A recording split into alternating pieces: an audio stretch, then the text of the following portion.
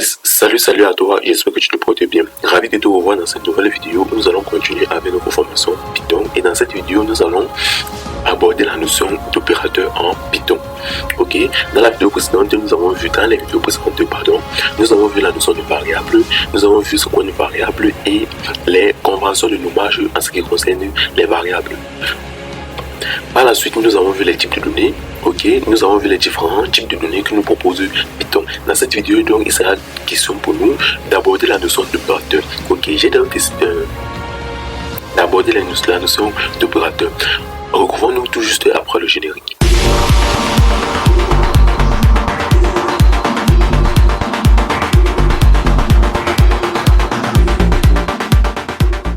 Ok, comme je le disais à l'introduction de la vidéo, dans cette vidéo, nous allons voir la notion d'opérateur. J'ai décidé donc de faire cette vidéo pour les notions d'opérateur en une seule vidéo, car il existe plusieurs types d'opérateurs, que de faire cela de vidéo en vidéo pour expliquer chaque opérateur. Et comme nous sommes juste avec les bases en Python, ça veut dire que ce sont pas des choses très difficiles à comprendre. C'est la raison pour laquelle j'ai décidé de faire ça en une seule vidéo. Si la vidéo est très longue, n'hésite pas à mettre une pause à la vidéo pour aller te détendre et aller décompresser le cerveau avant de revenir continuer, car c'est essentiel. On va donc commencer. C'est donc quoi un opérateur? On va dire cela qu'un opérateur est cet élément là qui va nous permettre de réaliser certaines opérations lors de nos différentes tâches au sein de nos différents codes. Python nous permet d'avoir plusieurs types d'opérateurs. Nous avons les opérateurs logiques qui vont nous permettre de faire des opérations logiques. Ok, nous avons des opérateurs arithmétiques qui vont nous permettre de faire des opérations mathématiques de base, à savoir l'addition, la multiplication, des opérations avec des exposants et bien plus. Nous avons les opérateurs d'identité, les opérateurs de comparaison, pour n'en citer que ceux-là. Ok, comme je le disais tantôt, nous avons les opérateurs logiques, les opérateurs arithmétiques, premièrement, qui est l'addition. Ok, il y a la soustraction, la multiplication, la division. Ok, nous avons aussi la division entière qui va permettre de retourner un résultat entier lors de la division. Nous avons le modulo qui est le reste de la division. Ok, et nous avons l'exponentielle qui est matérialisé par double étoile. Ok, si je reviens dans mon digital code qui est VS Code, je vais effacer tout ceci. Ok, ici je vais mettre un slash, je vais mettre les opérateurs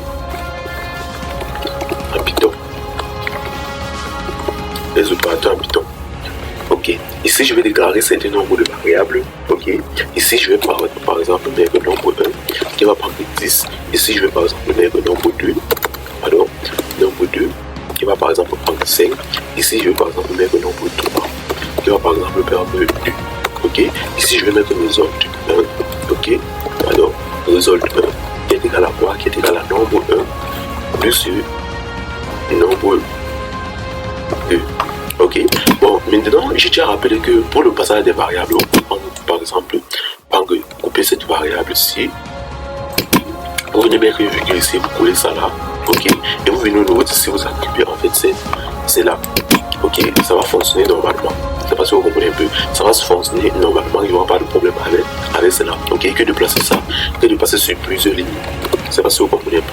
Par exemple, vous pouvez passer notre variable 3 au niveau d'ici, le nombre 3 au niveau d'ici, et vous passez par exemple 2 au niveau d'ici.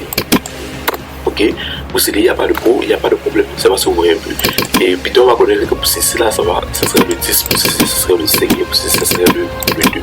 Ok, ce que je vais faire, c'est que je vais venir ici, je vais faire print. Ok, je vais faire print.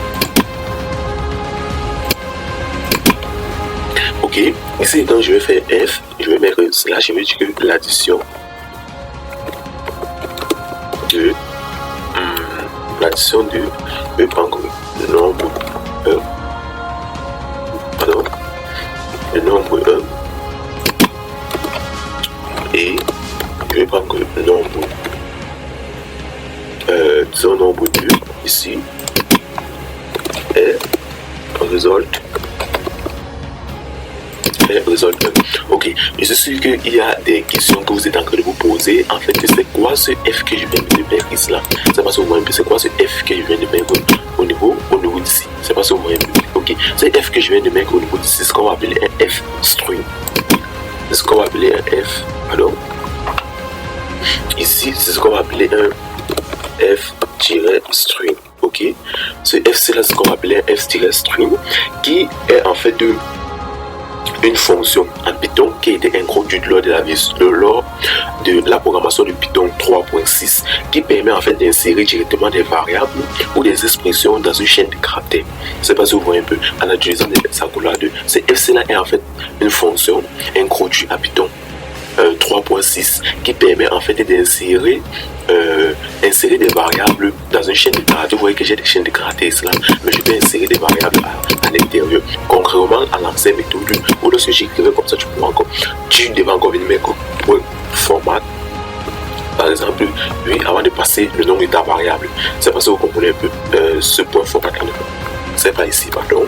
Ici, à l'extérieur, on met un point format. Ok, en devenir passer le nom de vos variables. Ici, ça c'est l'ancienne méthode. Ok, la nouvelle méthode, vous venez juste vous insérer sur le code ici et vous passez donc vos différentes variables à l'intérieur. Ok, ok. Après cela, donc, ce que je vais faire, c'est que je vais multiplier. Je vais dupliquer ceci. Ok, pour les autres opérations, je vais dupliquer ça là. Ok, même ceci, et ceci aussi. Ok. Au niveau d'ici, je vais plutôt mettre mon là. Donc, on va d'abord plutôt faire les opérations. Ici, je vais mettre diviser. Ok. Donc, ici, c'est nombre 1. Donc, on va regarder. Nombre 1, c'est 10. Ok. Divisé par 5. Ok, c'est bon. Ici, je vais faire une division entière. Ok. Le nombre 1. Bon, disons 10. Bon, disons, on va prendre le nombre 2 divisé par nombre 3 au niveau d'ici. Ok. Ok. Maintenant, au niveau d'ici, je vais faire une multiplication. Bon, ici on va d'abord faire une multiplication, puis je vais dupliquer ça. Ok, ici on va faire un exposant. Ok, ici on va par exemple dire 5 exposants. 5 exposants. 2. Ok, ici maintenant je vais donc passer les variables. Ici je vais dire ici on dit ici je vais plutôt dire la soustraction. Ok, la soustraction. Ok, de nombre 1 par nombre 2 et ici on va plutôt prendre nos autres.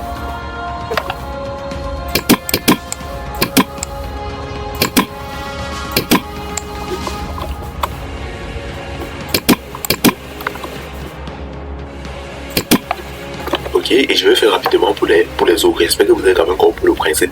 C'est juste pour voir les différents résultats qui vont s'afficher au niveau du terminal. Ok.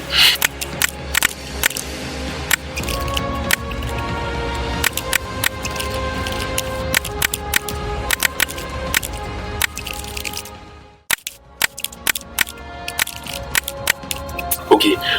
Le tout étant donc déjà fait. Ok. Ok. Le tout étant donc déjà fait. On va donc passer pour voir les différents résultats qui pourront s'afficher. Ici, je vais faire Python.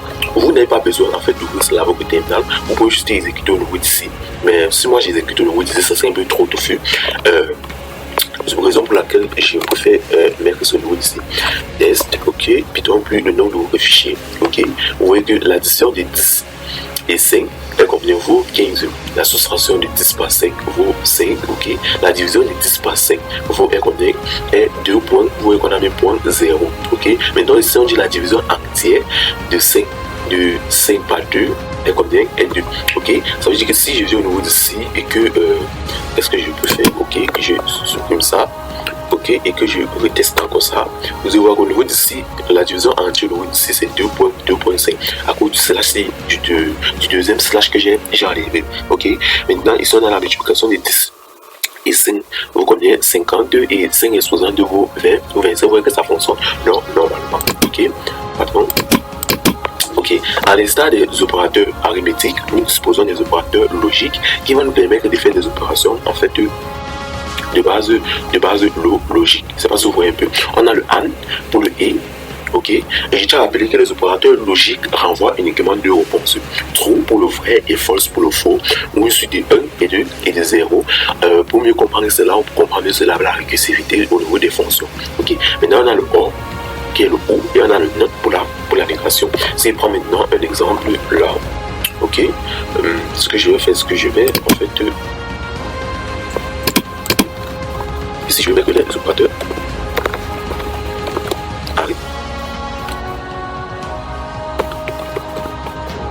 ok, ici je vais mettre les opérateurs arithmétiques et je vais commenter tout ça.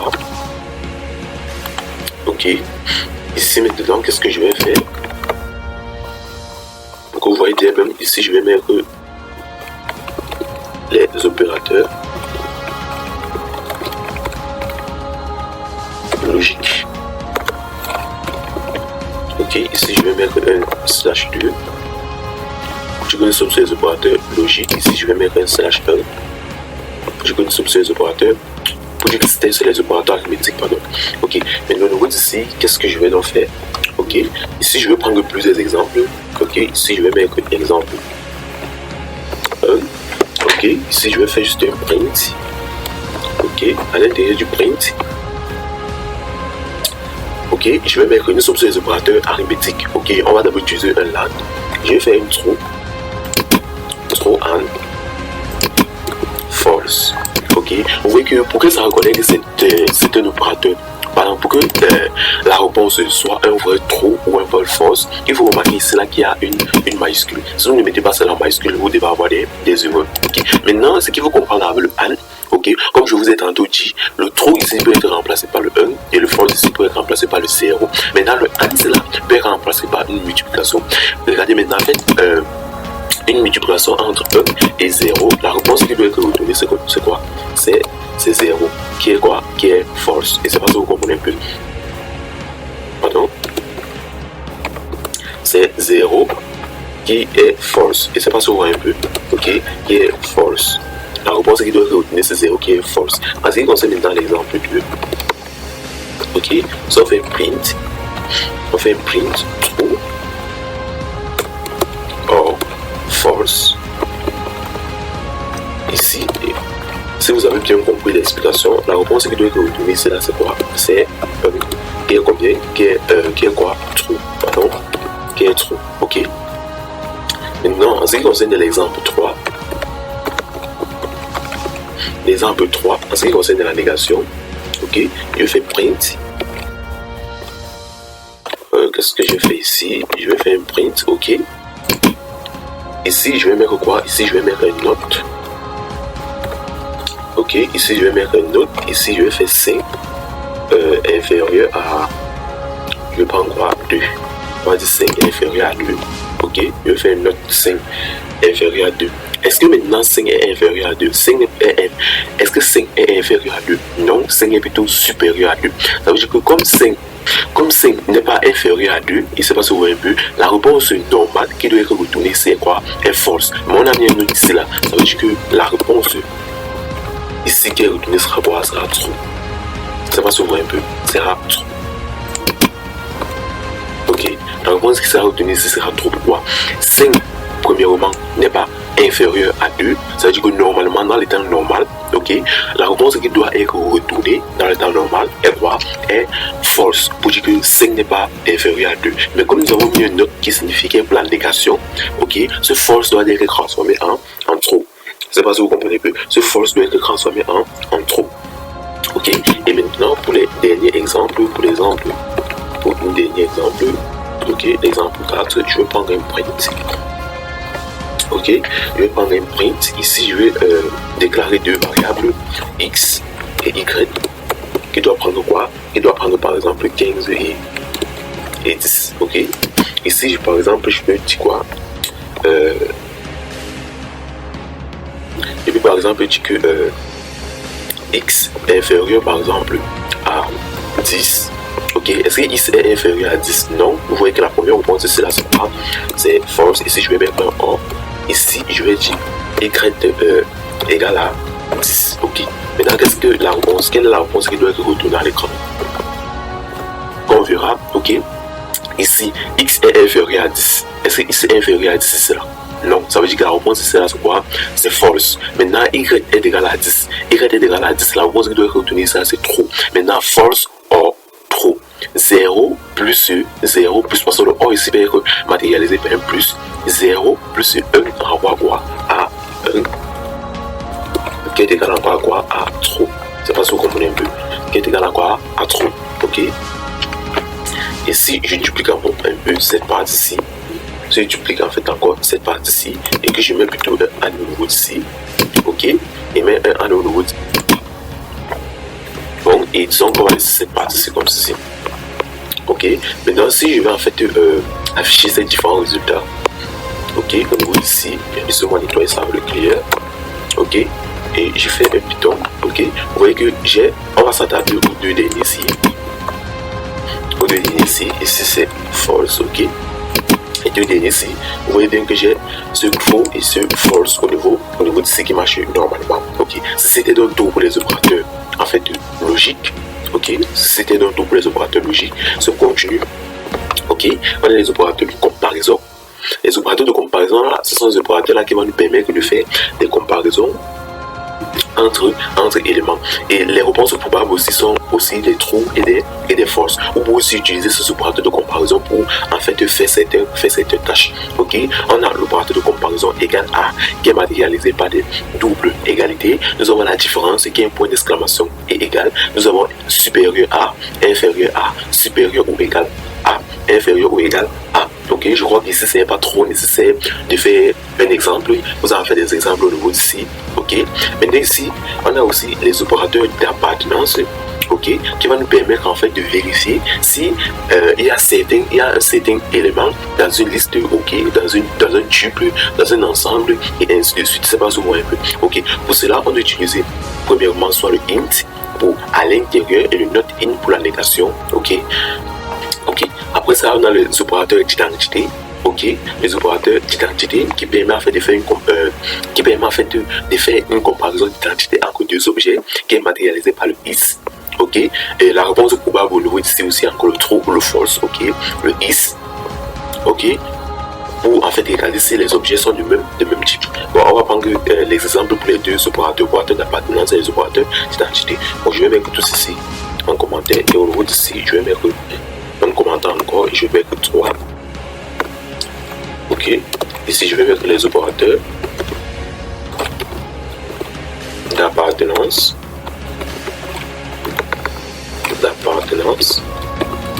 et d'identité.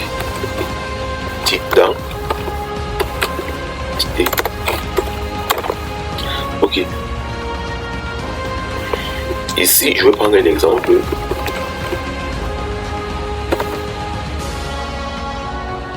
Ok, je vais faire juste je vais prendre un exemple.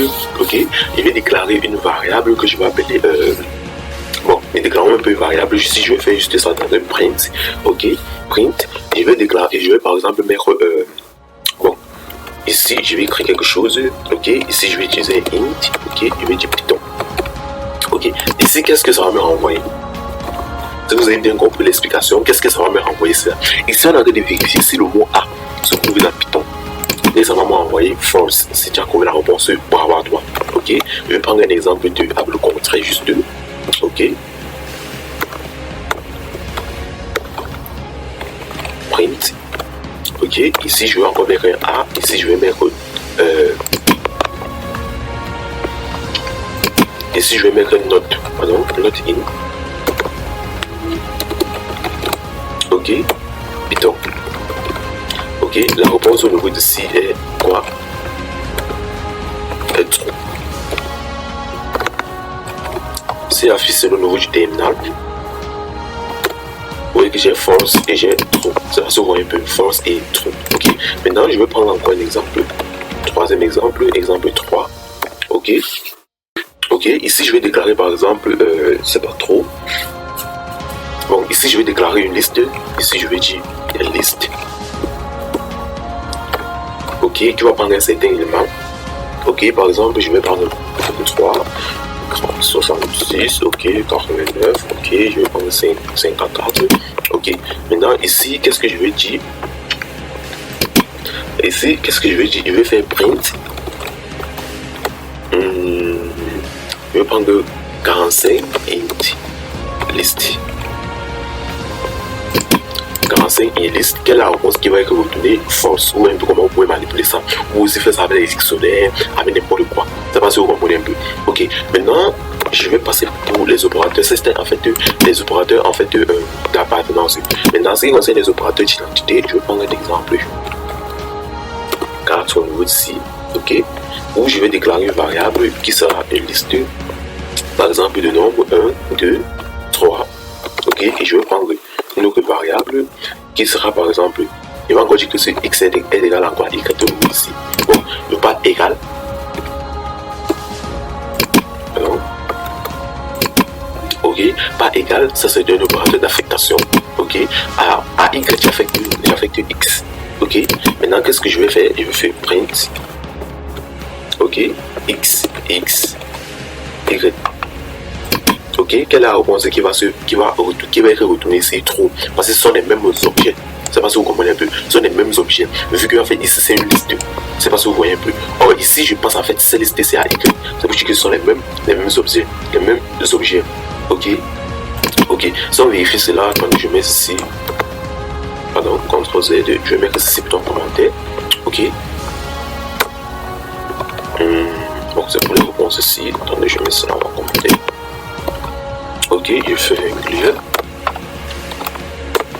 Ok, vous voyez que j'ai un trou au niveau d'ici. Maintenant, qu'est-ce qui se passe ici? Ici, je viens et je mets encore par exemple 1, 2, 3. Ok, que se passe-t-il au niveau d'ici? Ok, vous voyez qu'on a mis false. False pourquoi? False parce que en fait, ce sont en fait les au niveau d'ici. Regardez, au niveau d'ici, en fait, on a une variable qui possède en fait les mêmes éléments. Voilà, qui on a attribué les mêmes éléments, mais ils ne sont pas fait les mêmes objets. Quand on parle d'objets, ici on parle en fait de la notation variable. Ici on a x, ici on a y. Ça fait ça qui diffère. Ok. Maintenant pour la négation, vous pouvez mettre juste une note ici au niveau d'ici. Ok. Considérez. Pardon, ce n'est pas note ici, c'est plutôt ici note. Ok, au niveau d'ici, vous avez juste un contrat qui est true. Ok, c'était donc tout pour la notion d'opérateur. J'espère que ça a été très bien expliqué. Ok, si tu as des incompréhensions, n'hésite pas à les mettre en commentaire. Ok, et surtout abonne-toi si tu es nouveau sur la chaîne, ça aide ou ça contribue pour l'évolution de la chaîne. Ok, like la vidéo si la vidéo a été intéressante, si la vidéo t'a plu, et rendez-vous dans la prochaine vidéo. Merci.